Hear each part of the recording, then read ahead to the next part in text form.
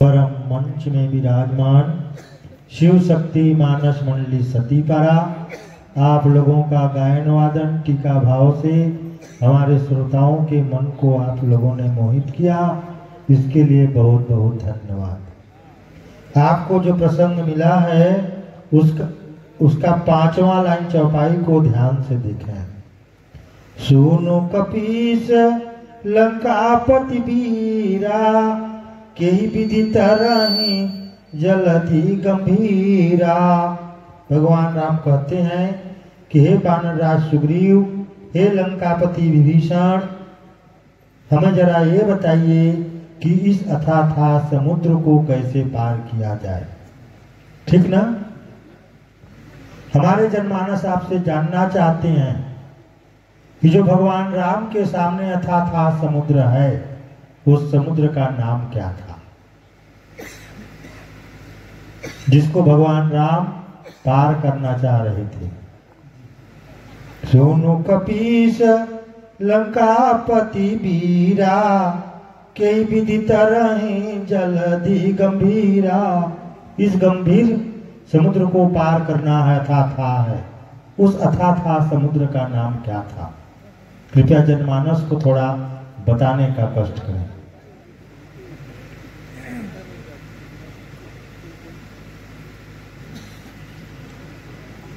परम आदरणीय निर्णायक महोदय जी, यह समुद्र 100 योजन का जो समुद्र है, इस समुद्र का नाम तो हमने मानस में नहीं पाया है, पर अनुमानित लगाकर कहता हूं कि यह लवणा सागर है जो 100 योजन का समुद्र है। लवणा सागर मतलब लवण सागर। हाँ, लवण सागर। क्या मानस में कहीं पर नहीं लिखा है? आज तक पढ़े तो नहीं नजर पड़ा क्या? पढ़ा कि नहीं? साफ साफ बताइएगा। जैसा आपने कहा कि मानस में हमको नहीं मिला। नहीं, मैं पढ़ा ही हूँ। ठीक, चलिए आज पढ़ लेते हैं क्या नाम था। ठीक ना? खोलिए किष्किंधा कांड दोहा क्रमांक 25, देखते हैं बाबा तुलसी का क्या नाम लिखे। किष्किंधा कांड दोहा क्रमांक 25 खोलिए, उसका 10वां लाइन चौपाई। अस कहीं लवन सिंधु तट जाई, बैठ कपि सब दर्भ डसाई। मिला चौपाई? 25 को लीजिए सुंदरकांड, आज देख भी लेते हैं ना। किष्किंधा कांड 25। अस कहीं लवन सिंधु तट जाई, बैठ कपि सब दर्भ डसाई। सब बंदर लोग लवण सागर के तट पर जा करके कुछ बिछा करके बैठ गए। आपने ठीक उत्तर दिया कि इसका नाम लवण सागर था। अब आपने कहा कि रामायण में भाई नहीं मिला, तो लिखा भी है, कुछ नंबर प्रभावित होगा। कि भाई बोले, अगर नहीं बोले होते ना कि भाई सर लवण सागर, तब तो पूरा सटीक था। लेकिन रामायण में लिखा है कि नहीं भाई? बस पढ़ने की जरूरत है। अस कहीं लवन सिंधु तट जाई, बैठ कपि सब दर्भ डसाई। आइए मानस प्रश्न की ओर चलते हैं।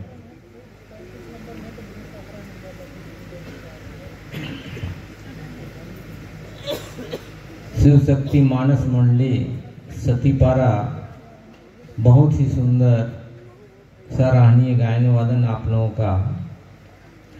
मानस प्रश्न है, भगवान श्री रामचंद्र जी जब सुग्रीव के यहाँ पहुंचते हैं तो सुग्रीव को उनके शत्रु बाली था, बाली को मारने के बाद उनको राज देते हैं किष्किंधा का। और यहाँ विभीषण जी को रावण को मारने से पहले ही लंका का राज दे दिए।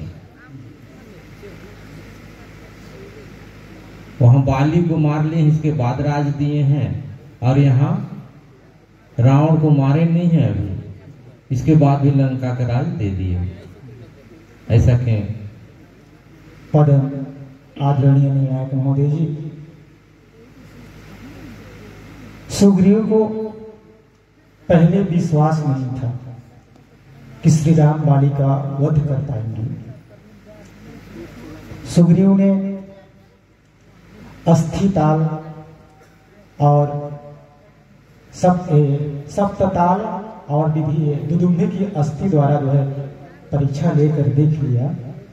तब भी सुग्रीव को विश्वास हुआ कि श्री राम बाली का जो है वध कर पाएंगे। पहले विश्वास नहीं था, जब परीक्षा लेकर देख लिया तब विश्वास हुआ। इसलिए सुग्रीव को बाली को मारकर राज दिए। और विभीषण जी पहले से ही प्रभु के ऐश्वर्य भाव को ग्रहण किए हुए थे। वे रावण को भी ऐश्वर्य का ही उपदेश दिया करती थी और किए भी हैं। और जब प्रभु के पास आए तो प्रभु के ऐश्वर्य का ही स्मरण करते हुए आए। जैसे ते पद परसी तरी ऋषि नारी, जे पद जनक सुता उजलाए। इस प्रकार जो है विभीषण जी प्रभु का ऐश्वर्य भाव को ग्रहण किए हुए थे।